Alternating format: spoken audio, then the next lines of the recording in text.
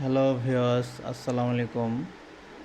আজকে আমি একটা ডিজাইন নিয়ে এসেছি 29 ফিট বাই 37 ফিট 10 ইঞ্চি।